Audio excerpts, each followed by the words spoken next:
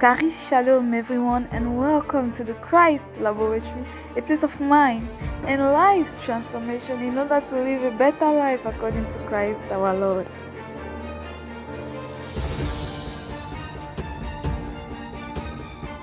Charis Shalom, grâce et paix à vous au nom de notre Seigneur Jésus-Christ. Bienvenue au laboratoire de Christ, le frère Raphaël qui vous entretient sur le thème « C'est quoi le véritable bonheur ?» Nous nous sommes arrêtés au verset 6 de Philippiens chapitre 4. Philippiens chapitre 4, où l'apôtre disait « Ne vous mettez en souci pour rien, mais en toute chose exposez vos besoins à Dieu.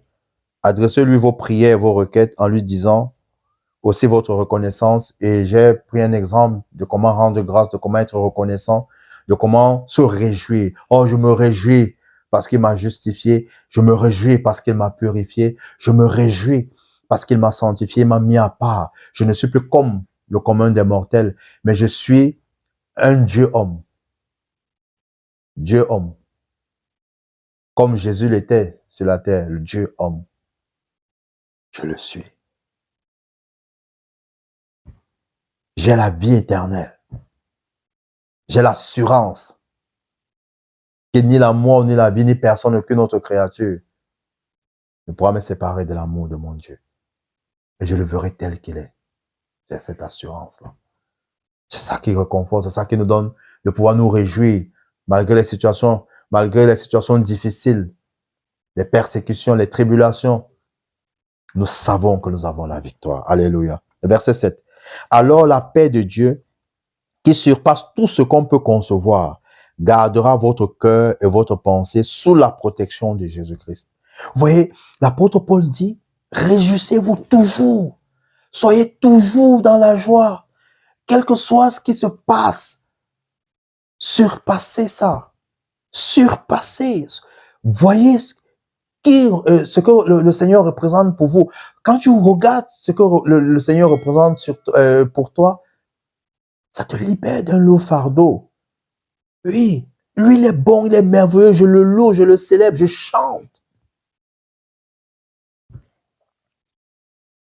Alors la paix de Dieu, il dit pendant que je fais ça, pendant que je me réjouis au milieu de la souffrance, au milieu des difficultés, des soucis, pendant que je me réjouis, la paix de Dieu qui surpasse tout ce qu'on peut concevoir, la paix de Dieu qui surpasse tout ce qu'on peut concevoir, tout ce qu'il peut avoir dans le monde, la paix de Dieu surpasse ça. Il dit que la paix, cette paix-là, gardera votre cœur et votre pensée sous la protection de Jésus.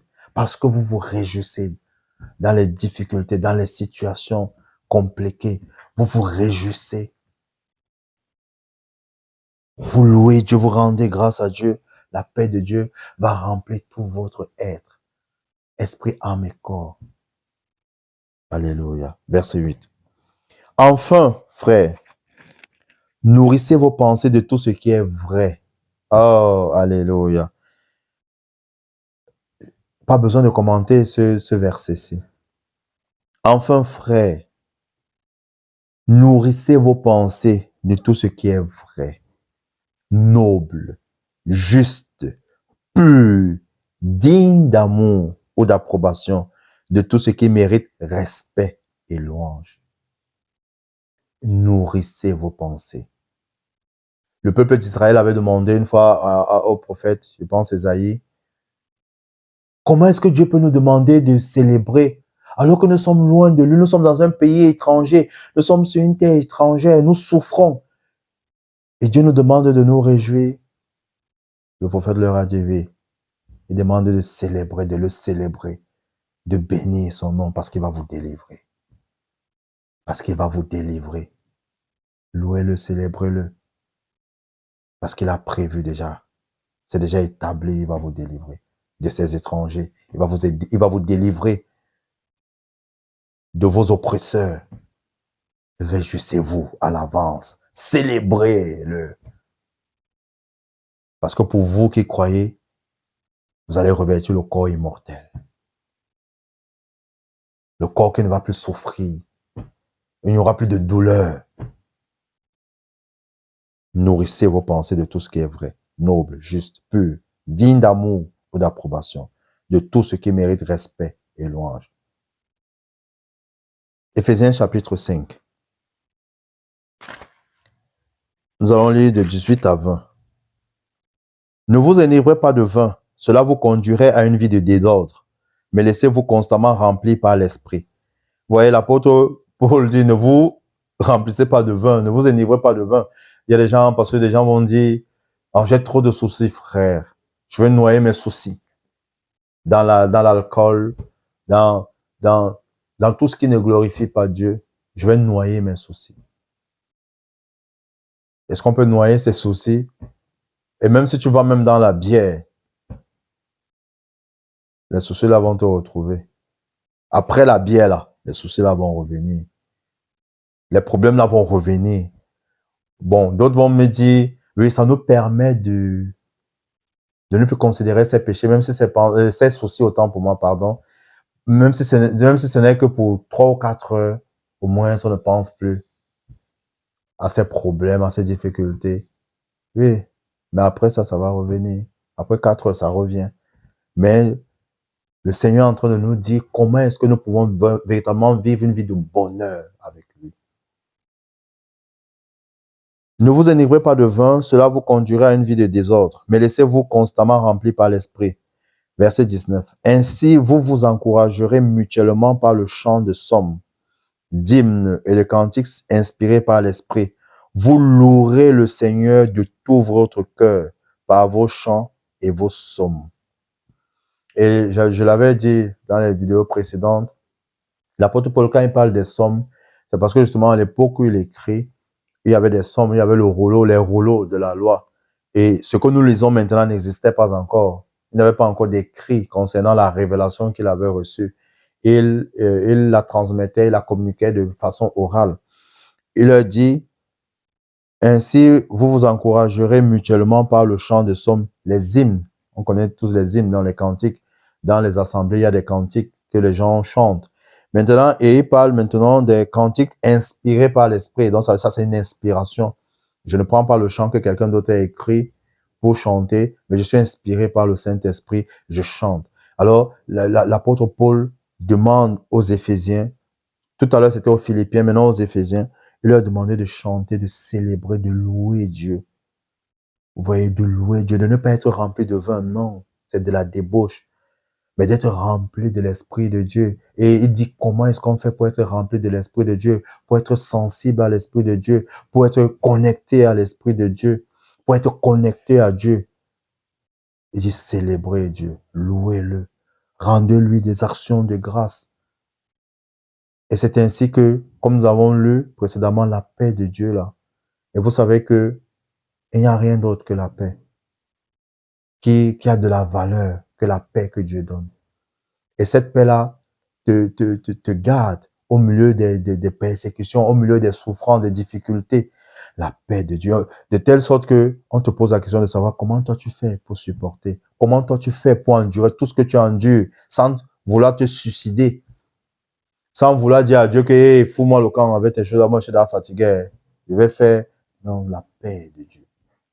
La paix de Dieu. Excusez-moi si j'ai été grossier tout à l'heure parce que c'est ce que beaucoup pensent, que vraiment Dieu a trop de souffrance. Alors prenons un autre passage, 2 Timothée chapitre 3. 2 Timothée chapitre 3. 2 Timothée le chapitre 3. Je vais lire le verset 12. En fait, tous ceux qui sont décidés à vivre dans l'attachement à Dieu par leur union avec Jésus-Christ connaîtront la persécution. Tous ceux qui sont décidés à vivre dans l'attachement à Dieu par leur union avec Jésus-Christ connaîtront la persécution. Ouais, ça, c'est l'apôtre Paul qui parle à son fils Timothée. Et donc, ce sont des choses qui ne doivent pas vous surprendre. Ce sont des choses qui ne doivent pas vous décourager, vous arrêter. Mais vous devez savoir que ces choses vont arriver. Mais comme je l'ai dit, vous aurez la victoire. Vous avez la victoire. Réjouissez-vous. Et il le dit même dans 1 Thessaloniciens, le chapitre 5. Soyez toujours dans la joie. Rendez grâce. 1 Thessaloniciens, le chapitre 5, le verset 16, le verset 18. Verset 16, il dit, soyez toujours dans la joie. Rendez grâce à Dieu de tout votre cœur, en toute situation, en toute circonstance, rendez grâce à Dieu. Rendez grâce à Dieu, bénissez son nom. Parce qu'il est digne, il est merveilleux. Oui, rendez-lui toujours grâce.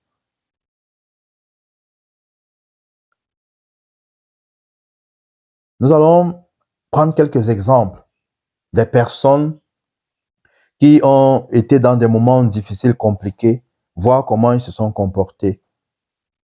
Prenons Actes chapitre 5. Actes des Apôtres chapitre 5.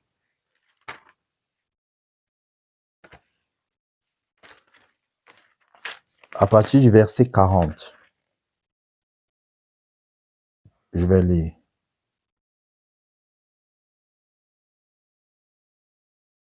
Le conseil se rangea à son avis. Il rappelait les apôtres, les fit battre et leur défendit de parler au nom de Jésus.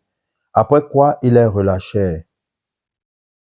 Donc nous avons le contexte ici, les apôtres ont été arrêtés parce qu'ils prêchaient, ils parlaient de Jésus. Ils ont été arrêtés et on leur a interdit de parler de Jésus. On leur a interdit de prêcher, de répandre ce nom dans toute la ville de Jérusalem. Alors, il y a du milieu d'eux, il y a un pharisien qui s'est levé et qui leur a donné un conseil de les laisser. Que si c'est l'œuvre de Dieu, ils ne pourront pas l'arrêter.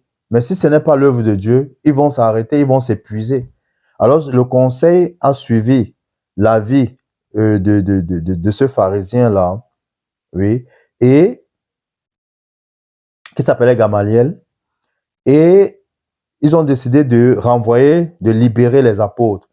Et la Bible dit qu'il les fit battre.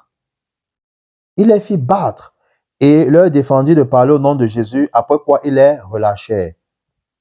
Verset 41, les apôtres quittèrent la salle du conseil, tout joyeux de ce que Dieu les avait jugés dignes de souffrir l'humiliation pour Jésus. Waouh! Waouh! Les apôtres quittèrent la salle du conseil, tout joyeux. Bien-aimés, arrêtons-nous un peu.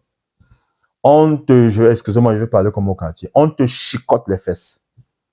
On te chicote. Et tu es joyeux. Tu ris. Ça, c'est quelle joie. Est-ce que vous pensez que ça, c'est une joie simple? Des gars qui souffrent dans leur corps, ils sont contents parce que c'est pour le Seigneur. C'est pour la bonne cause. Ils sont contents que, waouh, nous sommes dignes de souffrir avec le Christ. Oui, de souffrir pour le Christ. Les apôtres quittèrent la salle du conseil tout joyeux de ce que Dieu les avait jugés dignes de souffrir l'humiliation pour Jésus. Verset 42. Et chaque jour, dans la cour du temple ou dans les maisons particulières, ils continuaient à enseigner et à annoncer la bonne nouvelle que le Messie, c'était Jésus. Bien-aimés, ils ont continué. On leur a interdit de prêcher ce nom. On les a fouettés. Ça ne les a pas arrêtés. Ils se réjouissaient chaque jour. Et ils ont continué de prêcher que Jésus était le Messie. Acte chapitre 16. Acte chapitre 16. À partir du verset 22.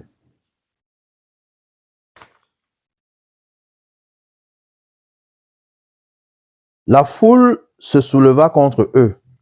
Alors les magistrats leur firent arracher les vêtements et ordonnèrent qu'on les batte à coups de bâton. On les roua de coups et on les jeta en prison. Le gardien reçut l'ordre de les surveiller de près.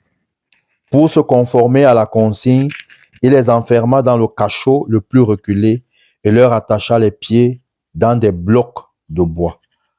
Ça, c'est l'histoire de Paul et Silas qui également étaient en train de prêcher.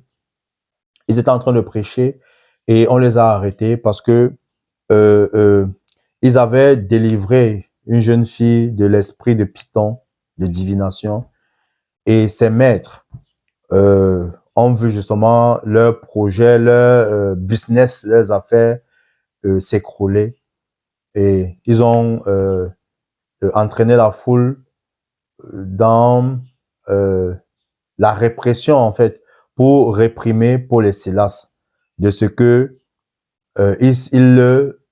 en prêchant Jésus, en fait, ils étaient en train de saboter leurs affaires. Et la foule s'est jointe justement à ces gens-là et on a commencé à rouer Paul et Silas de coups à cause de Jésus. Et vous voyez, on les a mis en prison. On n'a pas fait que les mettre en prison. Il allait les mettre au fond, dans l'obscurité la plus obscure. Et ils sont en prison, mais on attache encore leurs pieds dans des blocs de bois, bien-aimés. Être même déjà en prison, c'est déjà la prison, non, Massa. Mais tu es en prison, mais on attache encore tes pieds. Et des blocs de bois, ce n'est pas, rassurez-vous, c'était des choses sérieuses. On n'a plus de bois ici, hein. C'était solide. Imaginez toute la souffrance. Imaginez toute la douleur, roué de coups. J'étais en prison dans une obscurité terrible et on dit bien au fond. Donc, il n'était pas avec les autres prisonniers. Au fond, dans le noir. Écoutons la suite. Verset 25. Vers le milieu de la nuit, Paul et Silas priaient et chantaient les louanges de Dieu. Les autres prisonniers les écoutaient. Waouh! Bien-aimés, je voudrais qu'on s'arrête un peu et qu'on imagine l'un de nous qu'on a fouetté et on t'a jeté en prison. Déjà même l'entourage, le voisinage, même tes parents, tes proches parents, ta parenté, on va dire, ah, vous voyez, non, c'était un faux type, une fausse fille. Elle disait que Jésus. C'est possible que Jésus ait été avec lui ou avec elle et qu'on fouette et on jette en prison un enfant de Dieu. Ah!